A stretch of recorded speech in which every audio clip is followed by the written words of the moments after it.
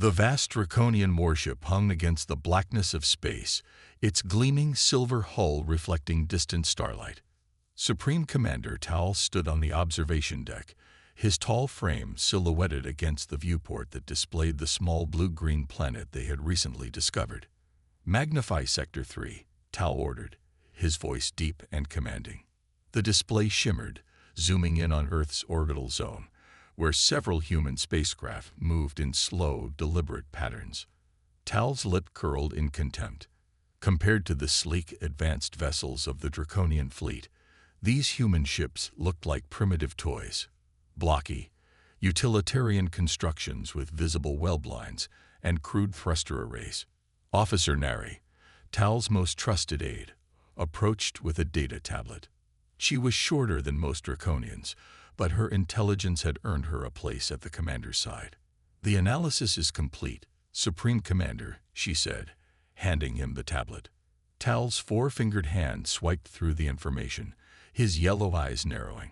"These humans build their ships with metal alloys we abandoned centuries ago," he remarked with a dismissive snort. "Their propulsion systems are laughably inefficient. They still use chemical rockets for some of their smaller vessels." "Yes, sir," Nari replied.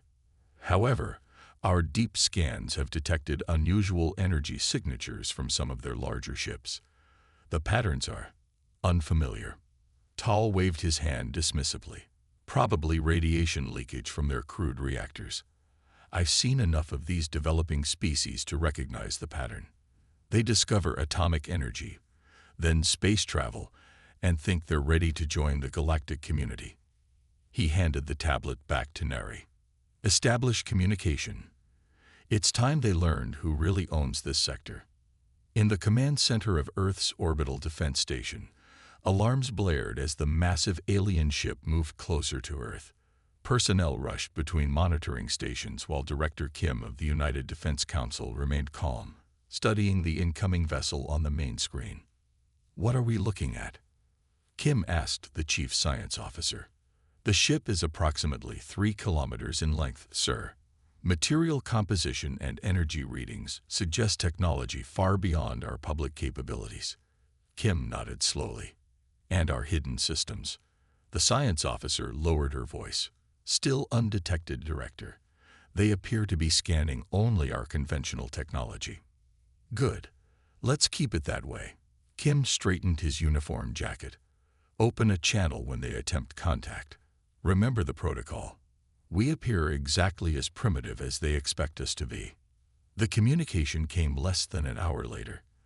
The main screen flickered, revealing Supreme Commander Tal's imposing figure. His scaled skin had a bluish tint, and bony ridges framed his face. When he spoke, his translator converted his words to Earth's major languages simultaneously. "I am Supreme Commander Tal of the Draconian Empire. Your planet has been noted within our expansion territory. You will submit to our authority immediately." Director Kim stepped forward, his face betraying no fear or surprise, as if first contact with alien life was an everyday occurrence. "I am Director Kim of Earth's United Defense Council. We welcome peaceful contact with other civilizations, but we do not surrender our sovereignty." Tal's expression didn't change, but his eyes narrowed slightly. "You misunderstand, human. This is not a negotiation. We require your planet's resources and strategic position. Your cooperation will determine whether your species survives as useful subjects or is replaced entirely." The command center remained silent as Kim considered his response. Earth had prepared for this moment for decades, ever since their deep space probes had detected signs of advanced civilizations. The public remained unaware of much of this preparation, believing their defense systems to be far more primitive than they actually were. "We are a peaceful planet," Kim replied carefully, "but we will defend ourselves if threatened.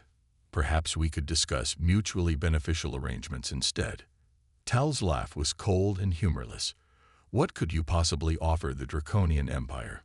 Your ships can barely reach your own moon. Your weapons are primitive projectiles and crude nuclear devices." He leaned forward. "You have 24 of your Earth hours to prepare your surrender terms. We will accept nothing less than complete submission and resource tribute. The screen went dark as Tal ended the transmission. In the silent command center, Kim turned to his officers. Well, that went exactly as expected. Implement Defense Protocol Omega. Notify all hidden fleet commanders to prepare their systems, but maintain dormancy. We need them to continue underestimating us. Back on the Draconian flagship, Tal turned to Nari. Have they sent any transmissions to their outer colonies? They don't appear to have any, Commander, Nari replied. All their settlements are limited to this solar system, with small research outposts on their moon and the fourth planet. Perfect. Tal walked to the command chair and sat down. Prepare a disciplinary strike force. Target their Mars outpost. We'll demonstrate our power without destroying anything of value on their homeworld. Nari hesitated. Sir, our protocols usually call for further intelligence gathering before any military action against new species. Tal fixed her with a hard stare. Are you questioning my orders, officer? No, Supreme Commander, she replied quickly. I merely suggest caution. Some of our scans show unusual readings that are clearly malfunctions in our sensors caused by the primitive radiation their ships leak. Tal interrupted. I've conquered 17 worlds for the Empire. I know an undeveloped species when I see one. Nari bowed her head. Yes, Supreme Commander. I'll prepare the strike force. As she left, Tal turned his attention back to the viewport, watching Earth rotate slowly in the distance. These humans needed to understand their place in the galaxy. They were nothing compared to the might of the Draconian Empire. Their pathetic ships could barely reach the edges of their own solar system, while his people had mastered faster-than-light travel generations ago. The strike would be quick and decisive. The Mars outpost would be destroyed as an example, and then Earth would surrender. They always did when faced with superior power. It was the natural order of things. What Tal didn't know was that deep within Earth's seemingly primitive orbital platforms, advanced weapon systems remained hidden from Draconian scans. The blocky, crude-looking human ships contained technology that had been deliberately concealed behind old-fashioned exteriors. Director Kim stood in Earth's secure bunker beneath the Pacific Ocean, surrounded by the real leadership of Earth's defense forces. They've taken the bait, he announced. They see exactly what we want them to see. And the Mars outpost? Asked one of the generals. Already evacuated, Kim replied. Only drone ships and holographic personnel remain. When they attack, they'll think they've struck a devastating blow. He looked around the room. This is what we've prepared for. Once they believe they've demonstrated their superiority, they'll expect our surrender. And instead, they'll get our surprise, another officer said with a grim smile. Kim nodded. Exactly. Supreme Commander Tal has made a fatal mistake. He's judged us by appearances alone, and that will be his downfall. The Draconian attack fleet moved toward Mars with absolute confidence.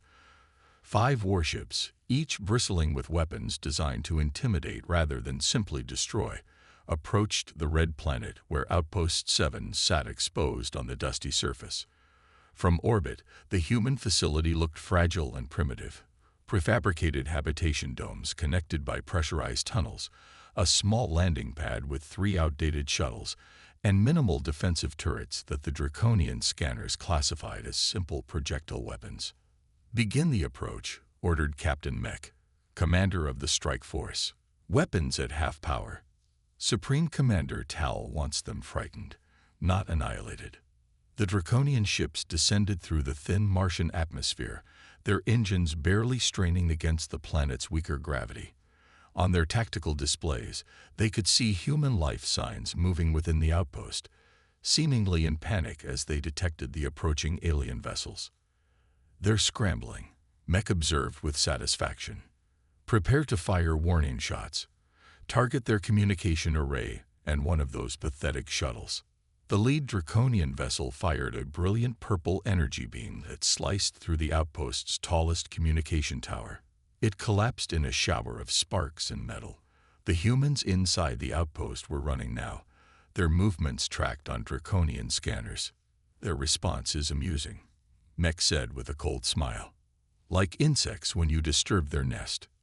Sir, reported his sensor officer, 3 vessels approaching from behind the planet's moon. Mech glanced at the tactical display with mild interest. Earth ships, coming to defend their outpost. Yes, Captain. Basic construction, minimal weapons. They appear to be emergency response vessels. Let them come, Mech said dismissively. They can witness our power firsthand before returning to Earth with news of our superiority. The 3 human ships emerged from behind Phobos, Mars' larger moon. From a distance, they looked exactly as the Draconian intelligence had reported. Bulky, utilitarian craft with visible external engines and primitive maneuvering thrusters. Their hulls were marked with EDF in large white letters, identifying them as part of Earth's defense force. Captain Lee sat in the command chair of the lead vessel, the EDF Dauntless. To any observer, the bridge looked rudimentary. Manual control stations, simple display screens, and none of the advanced holographic interfaces common on alien ships. But beneath this carefully constructed facade, Lee's fingers moved across hidden control surfaces. All ships maintain deception protocols. Lee instructed over a secured channel. Hold formation and continue approach as if we're standard rescue ships. The second-in-command nodded. Draconian vessels have locked weapons on us, Captain. They're sending warnings to withdraw. Ignore them, Lee replied calmly. Let's get within optimal range. On the Draconian flagship, Captain Mech watched the approaching Earth vessels with growing annoyance. They're ignoring our warnings. Fire another demonstration shot. Near miss only. A brilliant energy beam lanced out, deliberately passing just meters from the Dauntless. The Earth ship continued its approach without deviation. These humans are either brave or foolish, Mech remarked. Final warning. Then we'll disable their engines. Back on the Dauntless, Lee watched the distance counter ticking down. Almost there, she murmured. Then, into her secured comm. All ships on my mark. Drop the facade and execute pattern Sigma. The Draconian weapons officer had his finger poised above the firing control when something impossible happened. The approaching Earth vessels suddenly changed. The seemingly external engines detached and revealed themselves as autonomous combat drones. Panels that had appeared to be simple hull plating slid aside, revealing advanced weapon ports. And most shocking of all, a shimmering blue-white field enveloped each ship. Quantum shield technology that the Draconians had believed was still theoretical. What is happening? Mech demanded, rising from his command chair. Those are not the ships we scanned. In that moment of confusion, the Earth vessels attacked. The Dauntless fired first, not with primitive projectiles or basic lasers, but with a concentrated quantum beam that passed through the Draconian shields as if they weren't even there. One of the alien ships shuddered violently as its port engine exploded. Evasive maneuvers, Mech shouted. Full power to shields. But the Earth ships moved with impossible agility, executing formations and turns that should have torn apart vessels of their apparent construction.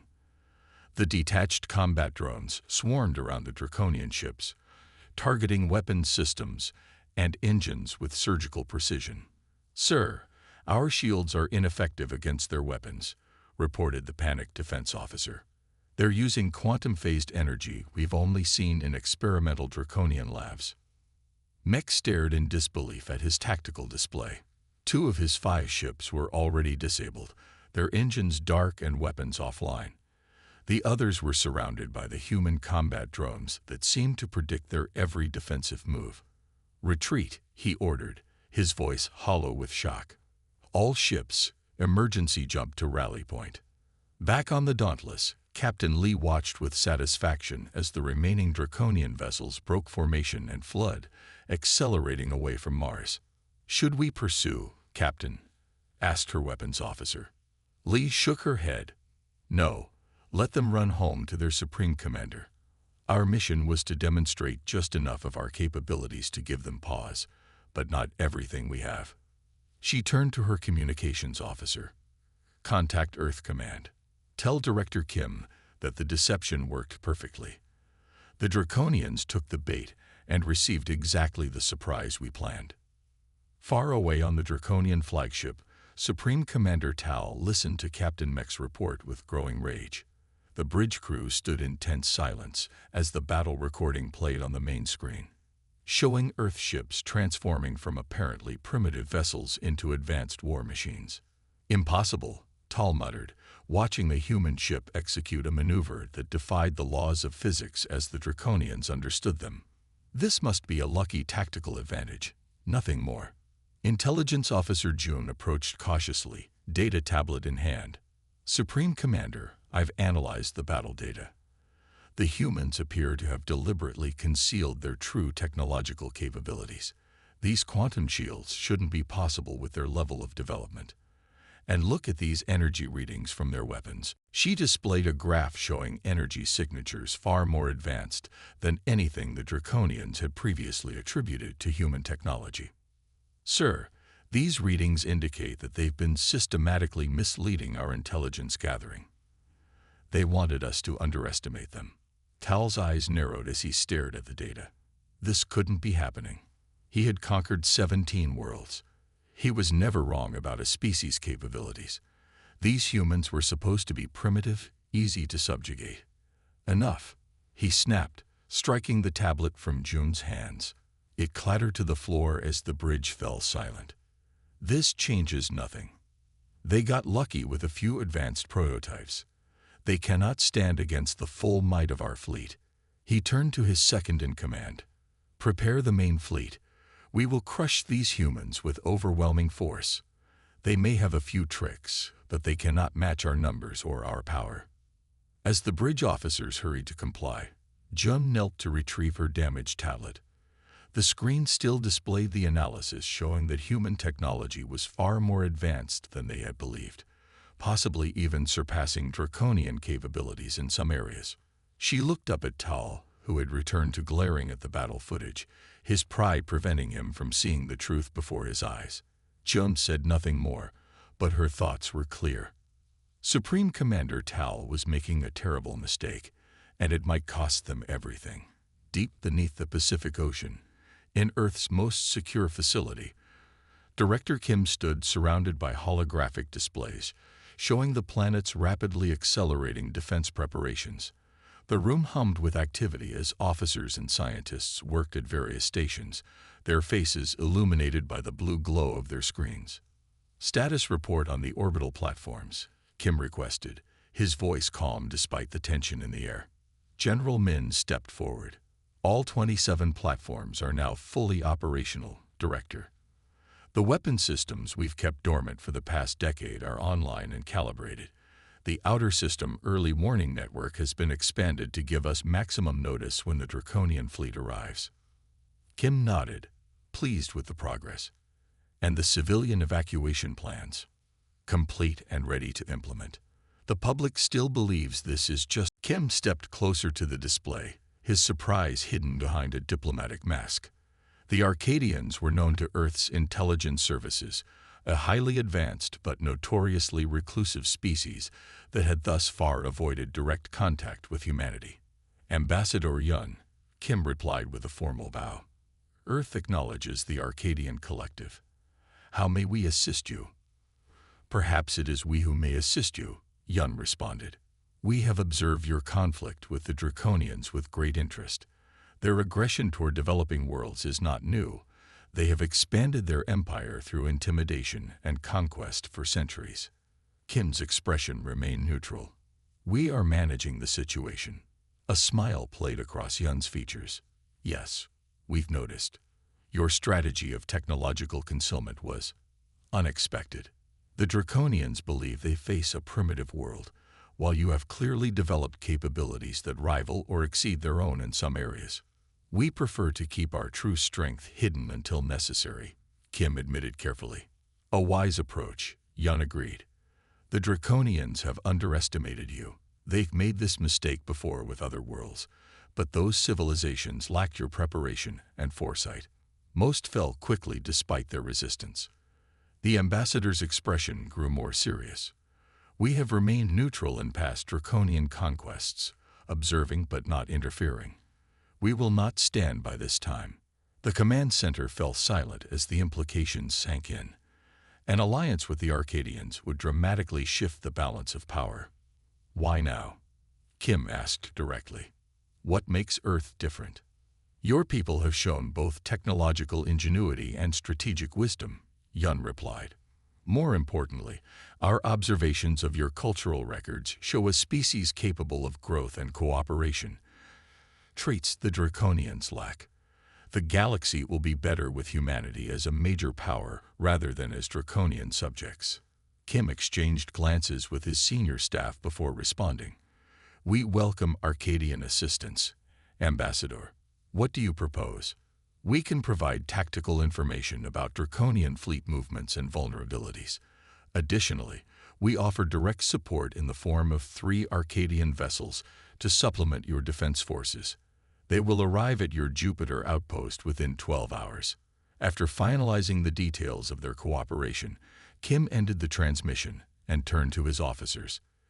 Integrate the Arcadian tactical data into our defense plans immediately. This alliance could be decisive. Meanwhile, billions of kilometers away, Supreme Commander Tal stood on the bridge of his massive flagship, watching as hundreds of Draconian warships gathered around him. The fleet was an impressive sight, the largest deployment the Empire had authorized in over 50 years. The last battle group has arrived, Supreme Commander, reported Officer Neri. The fleet is at full strength. Tal nodded with satisfaction. Excellent. These humans may have surprised our initial force, but they cannot stand against such might. Begin final preparations for the jump to their system. Intelligence Officer June approached cautiously, having been largely ignored since her previous warnings about human capabilities. Sir, our long-range probes have detected unusual activity in Earth's orbit. They appear to be activating previously dormant defense stations. The energy readings are concerning. Tal barely glanced at the report she offered. More of their tricks and deceptions. Our fleet will overwhelm any defense they can muster. There's more, sir, Jum persisted. We've also detected Arcadian energy signatures near the human system. The Arcadians may be involving themselves in this conflict. This finally caught Tal's attention. The Arcadians were known to the Draconians as a technologically advanced, if frustratingly neutral power. Their involvement would complicate matters. Confirm this information, he ordered. When confirmation came an hour later, Tal called his senior commanders to discuss the development. Most shared his dismissive attitude. Even with Arcadian support, the humans cannot hope to defeat us, stated his second-in-command. Our numbers are too great, our technology too advanced. I agree, Tal said firmly. Their technological tricks won't save them against our full might. The Arcadians have always been reluctant warriors. Their support will be minimal at best. Only June remained concerned, though she kept her thoughts to herself after seeing how Tal dismissed all contrary opinions. She had studied the battle data from Mars more thoroughly than anyone and had come to a disturbing conclusion. The humans had revealed only a fraction of their capabilities and had done so deliberately to create precisely the reaction Tal was now having. Overconfidence. Back on Earth, final preparations continued. Dr. Park personally supervised the installation of the last Phantom Drive units, while defense stations ran combat simulations against draconian attack patterns provided by their new Arcadian allies. In a rare quiet moment, Director Kim stood alone at a viewport, looking up at the stars where battle would soon be joined. We've prepared for this moment for generations, he said softly to himself. Ever since our deep space probes first detected the Draconians conquering the Centauri worlds, we've built our strategy around appearing weaker than we are. He thought about the sacrifices made, the resources diverted to secret research and development, while maintaining the facade of a less advanced civilization. The public had never known how close alien conquest had loomed, or how carefully their leaders had worked to prepare a devastating counter-response. Now that strategy would face its ultimate test against the approaching Draconian armada. Kim was confident in Earth's preparations, But he took nothing for granted. The coming battle would determine the future of humanity, either as a rising power in the galaxy or as just another conquered world in the Draconian Empire. As if sensing his thoughts, Dr. Park joined him at the viewport. "The final drives are installed, Director. Earth's fleet is ready." Kim nodded. "Then all we can do now is wait for them to make their move, and hope that Supreme Commander Tal continues to underestimate us," Dr. Park added. "Oh, I'm counting on it," Kim said with a grim smile. "His arrogance is our greatest weapon." The massive Draconian fleet emerged from faster-than-light travel at the edge of Jupiter's orbit, hundreds of warships appearing simultaneously in a brilliant flash of blue light. From the command bridge of his flagship, Supreme Commander Tal viewed the gas giant with satisfaction. Its immense gravitational field would provide tactical advantages for his fleet while the nearby moons offered natural cover. "Impressive, isn't it?" Tal remarked to Officer Neri. "The humans call this the king of their planets. Soon they will know who the true kings of this system are." Tactical displays showed the relative positions of Earth's defensive fleet, a seemingly meager force compared to the Draconian armada. Human ships had taken positions around the moons of Europa and Ganymede, establishing what appeared to be a desperate defensive perimeter. "They've committed less than 50 vessels to this defense," Neri observed, studying the scanner readings. "Perhaps the Mars battle depleted more of their resources than we realized." Intelligence Officer June frowned at her own display. "Sir, the human formation seems unusual. They're positioning themselves in a dispersed pattern that doesn't maximize their defensive capabilities." Tal barely glanced at her analysis. "They simply don't know how to properly deploy their forces. These are not experienced space tacticians." He turned to his fleet commanders. "Prepare all ships for the primary attack pattern. We'll overwhelm their center and split their formation." Across space, aboard the Earth flagship Invincible, Admiral Song studied the approaching Draconian fleet with a calm that belied the enormous pressure of the moment. His bridge crew worked quietly at their stations, each focused intently on their tasks. "They're arranging into attack formation," reported his tactical officer. "Standard Draconian assault configuration, just as the Arcadians predicted they would." Song nodded. "And our forces?" "All ships report ready, Admiral. The Arcadian vessels are in position behind Callisto, hidden from Draconian scanners. Captain Lee and the Dauntless Squadron are maintaining position near Europa's southern hemisphere." Admiral Song took a deep breath. Everything they had planned for decades was about to be tested. "Transmit to all ships. Maintain apparent defensive posture. No one reveals enhanced capabilities until my direct order." The first wave of Draconian attackers accelerated toward the Earth fleet, weapons charged and ready. From Tal's perspective, the battle's outcome seemed foregone. His ships outnumbered the humans at least 5-1, and their technology was supposedly superior in every way. "The humans are adjusting their formation," Neri reported as the Earth ships began to move. "They appear to be strengthening their center." "As expected," Tal said with satisfaction. "Begin the attack. Target their command vessels first." The space around Jupiter's moons erupted in brilliant flashes as Draconian energy weapons fired upon the Earth fleet. The human ships returned fire with what appeared to be conventional plasma weapons, effective but not particularly advanced. Several Earth vessels took hits, their shields flaring but holding. "They're putting up more resistance than anticipated," Neri observed after the first exchange. "It changes nothing," Tal replied. "Press the attack. Drive through their center." The superior numbers of the Draconian fleet began to tell as they pushed forward, seemingly forcing the Earth ships to give ground. Human vessels retreated around Europa, apparently falling back to secondary positions. "We've broken their initial defense line," announced the Draconian tactical officer. "Their fleet is dividing." Tal smiled coldly. "Exactly as planned. Direct the 7th and 9th Divisions to pursue the retreating vessels. Main force will continue toward Earth." On the Invincible, Admiral Song watched the Draconian fleet's movements with growing anticipation. They were committing fully to the attack, extending their formation exactly as he had hoped. "Sir, the enemy has divided their forces as predicted," his tactical officer reported. "Their main fleet is advancing past Europa, while 2 divisions pursue our seemingly retreating ships." Song nodded. "Perfect. They've taken the bait." He straightened in his command chair and gave the order they had all been waiting for. "All ships, execute Operation Hidden Hand."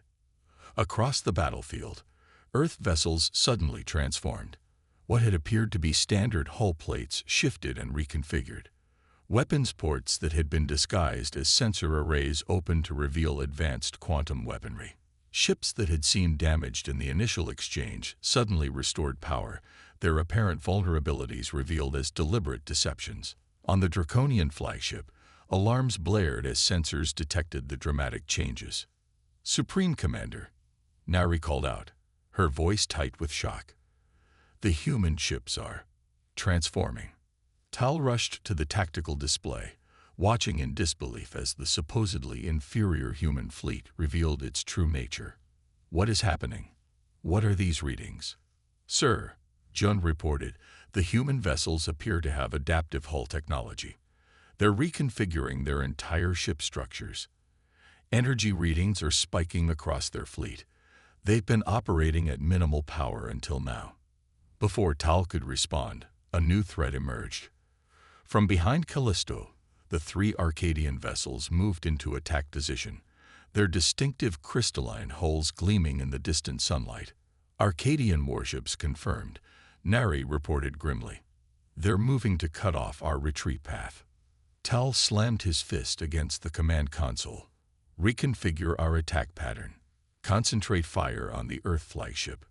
But it was too late for simple tactical adjustments. The Earth fleet, now fully transformed, executed a series of maneuvers that should have been impossible. Ships that had appeared bulky and slow moved with astonishing agility, their formations flowing like water around the Draconian attack groups. Near Europa, Captain Lee of the Dauntless led her squadron in a precision strike against the Draconian divisions that had pursued them. The Earth ships, now revealing their full capabilities, deployed swarms of quantum-linked fighters, small craft that moved in perfect synchronization, sharing targeting data and defensive responses across a neural network. "All fighters, engage with Protocol Sigma," Lee ordered. "Target their propulsion and weapons systems only." The fighters swarmed around the larger Draconian vessels like insects, their weapons precisely targeting critical systems. Within minutes, the pursuing Draconian divisions found themselves disabled and surrounded. At the main battlefront, Admiral Song directed a multi-pronged attack designed to divide and isolate sections of the Draconian fleet. Earth ships, now operating at full capacity, executed complex maneuvers that confused the Draconian tactical systems. "They're attempting to regroup," Song's tactical officer reported. "Their communications appear to be experiencing interference." "That would be courtesy of our Arcadian friends," Song replied with a small smile. "Maintain pressure on their flanks. Direct Captain Lee's squadron to begin their approach on the Draconian flagship." On that flagship, chaos was spreading as Supreme Commander Tal tried desperately to regain control of the battle. Damage reports flooded in from across his fleet as the supposedly inferior human ships tore through his carefully planned formations. "How is this possible?" he demanded, watching another group of his ships go dark on the tactical display. "Their technology. It can't be this advanced." "Sir," Jum said firmly, "all evidence suggests they deliberately concealed their true capabilities. The battle at Mars wasn't a fluke. It was a calculated revelation of just enough technology to make us overconfident." Tal might have responded, but at that moment, the flagship shuddered violently as the first direct hits landed on its hull. The lights flickered, and several consoles erupted in sparks. "Multiple impacts," Nari reported. "Shields failing on decks 5 through 17. Through the viewport, Tal could see Captain Lee's squadron approaching, the Dauntless at its center. The Earth ship no longer resembled the primitive vessel he had dismissed weeks earlier. Its hull had reconfigured into a sleek, predatory shape, with advanced weapon systems clearly visible and fully powered. "Target that ship," Tal ordered frantically. "All remaining weapons, fire." But the Dauntless moved with impossible grace, evading the flagship's desperate attacks while launching precision strikes of its own. Each hit was carefully calculated to disable rather than destroy, targeting weapons, engines, and communications while leaving life support and basic systems intact. "Sir," Nari said quietly as another section of the flagship went dark, "we've lost weapons control. Engines are failing. The fleet is scattered and taking heavy losses." Tal stared at the tactical display in shocked silence. His mighty armada, the pride of the Draconian Empire, was being systematically dismantled by a force he had completely underestimated. In less than an hour, the battle had transformed from what should have been a simple conquest into a humiliating defeat. As if to punctuate this realization, the Dauntless executed a final decisive attack run. Quantum torpedoes struck the flagship's main power core with surgical precision, causing cascading system failures throughout the massive vessel. With the flagship crippled and the fleet in disarray, the Battle of Jupiter's Moons was effectively over. Supreme Commander Tal, who had conquered 17 worlds through intimidation and superior firepower, had finally met an opponent who had turned his greatest weapon, his arrogance, against him. In the sudden silence of the disabled flagship bridge, with emergency lighting casting red shadows across the room, Intelligence Officer June approached the stunned commander. "Sir," she said quietly, "the humans are hailing us. They're offering terms for our surrender." Supreme Commander Tal awoke in a room unlike any he had seen before. The walls were a soft blue, the lighting gentle on his sensitive eyes. He tried to sit up but felt a sharp pain in his side where a piece of his flagship's command console had struck him during the battle. "Please try not to move too quickly," said a calm voice. A human doctor approached his bed, scanning him with a medical device. "Your injuries are healing well, but you still need rest." Tal looked around in confusion. He was in what appeared to be a medical facility, but not a prison cell as he had expected. Through a large viewport, he could see Earth hanging in space, beautiful and blue. "Where am I?" he demanded, though his voice lacked its usual commanding tone. "You're in the medical bay of Earth Orbital Command," the doctor explained. "You've been here for 3 days, since we brought you from your damaged flagship." Before Tal could respond, the door slid open and a group of Draconian soldiers were led in by human medical staff. The soldiers were injured but walking, and to Tal's surprise, they were not in restraints. The humans were helping them, supporting those who struggled to walk. For the next hour, Tal watched in silence as human doctors and nurses treated the Draconian wounded. They spoke to his soldiers with respect, explained procedures before performing them, and seemed genuinely concerned with minimizing pain. It was unlike any treatment he had seen victors give to the defeated. Later that day, Director Kim entered Tal's room. The human leader looked tired, but carried himself with quiet dignity. "Supreme Commander," Kim greeted him with a small bow. "I'm pleased to see you recovering." Tal studied the human with new eyes. This was not the primitive, frightened leader he had expected to force into surrender just days ago. "Why am I not in a prison?" Tal asked directly. "You're a patient, not a prisoner," Kim replied. "Once you've recovered, we can discuss your status, but we don't imprison injured opponents." Tal gestured toward the medical bay where he could see more Draconian soldiers being treated. "Why show compassion to your enemies? We would not have done the same." Kim approached the viewport, looking thoughtfully at Earth before answering. "Because true strength isn't measured by destruction, but by what we choose to preserve.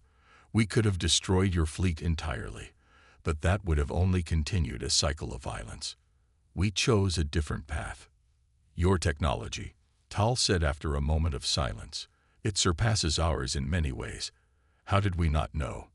Our intelligence saw exactly what we wanted you to see," Kim finished for him. "For generations, we've maintained 2 technological tracks, one public, one hidden. We learned early in our development that showing our full capabilities might make us a target, so we created a careful illusion of a less advanced civilization. The realization of how completely he had been outmaneuvered settled heavily on Tal. A strategy I would never have considered, he admitted. Over the next few weeks, as Tal recovered, he learned that leadership of the remaining Draconian forces had fallen to Intelligence Officer June. Unlike him, she had immediately recognized the futility of continuing the conflict and had opened diplomatic channels with Earth and their Arcadian allies. Officer June requests to speak with you, Kim informed Tal one day, bringing a communication device to his room, which had become less of a hospital room and more of comfortable quarters. June's face appeared on the screen, her expression a mixture of respect and determination. Supreme Commander, I hope your recovery progresses well. You've taken command, Tal stated simply. With the High Council's approval, she confirmed. We are negotiating peace terms with the Earth-Arcadian Alliance. The Council has recognized the error in our approach to this sector. They blame me for the defeat, Tal said. It wasn't a question. June's expression softened slightly. They recognize that our intelligence was flawed and our assumptions incorrect. The humans have proven to be more than we understood. After the call ended, Kim sat with Tal in silence for a while. Your Officer June is impressive, he finally said. She sees beyond old patterns. She tried to warn me, Tal admitted. I refused to listen. 6 months later, Tal stood on the observation deck of the newly constructed Alliance Station, a massive structure orbiting at the midpoint between Earth and Mars. His position was now that of cultural liaison, not quite a prisoner, not quite free, but serving a vital role in helping both species understand each other. Below him, ships from Earth and the Draconian Empire moved in careful patterns, docking at the station or departing on joint missions.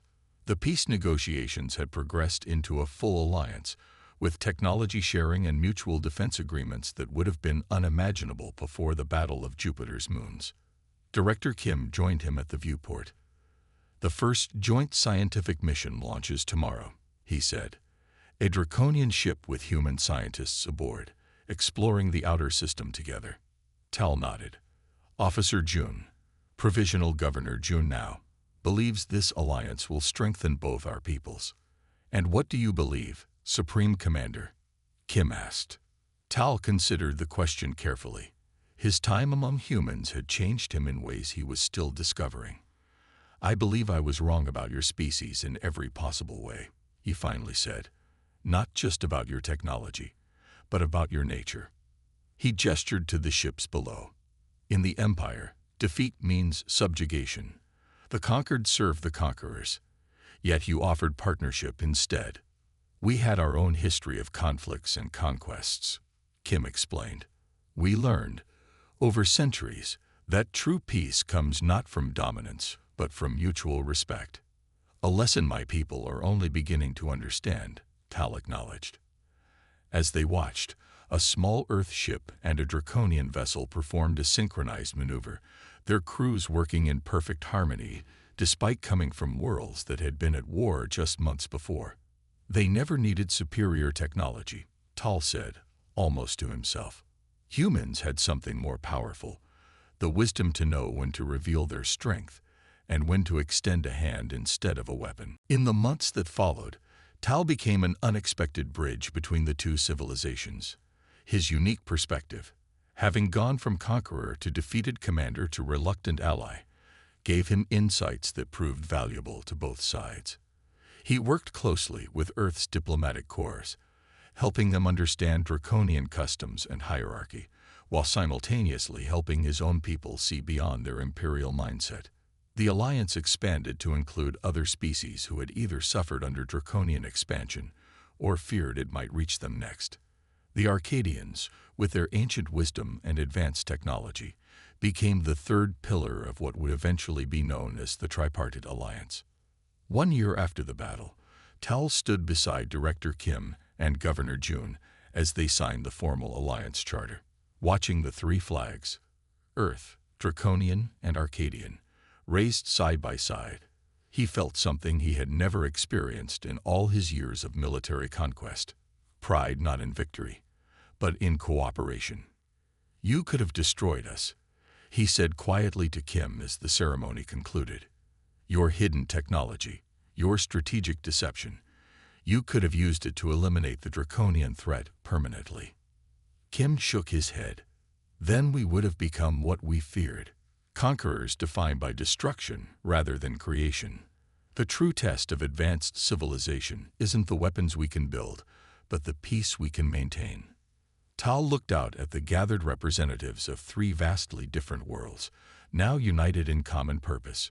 His greatest error, judging Earth by appearances, had led to his defeat, but it had also led to this moment of new beginning, not just for him, but for his entire species. "Perhaps," he said thoughtfully, "being defeated by the right enemy is better than conquering the wrong one." Kim smiled. "Not enemies anymore, Supreme Commander. Allies, perhaps even friends." As Tal watched Earth ships and draconian vessels dock side by side at the Alliance station, he realized that his understanding of strength had been fundamentally flawed. True power wasn't found in domination or superior weaponry, but in the ability to turn enemies into allies and conflict into cooperation. It was a lesson he would spend the rest of his life helping others understand. That appearances can deceive, that wisdom often hides behind seeming weakness, and that the most dangerous opponent isn't the one who strikes first, but the one who knows exactly when to reveal their true strength.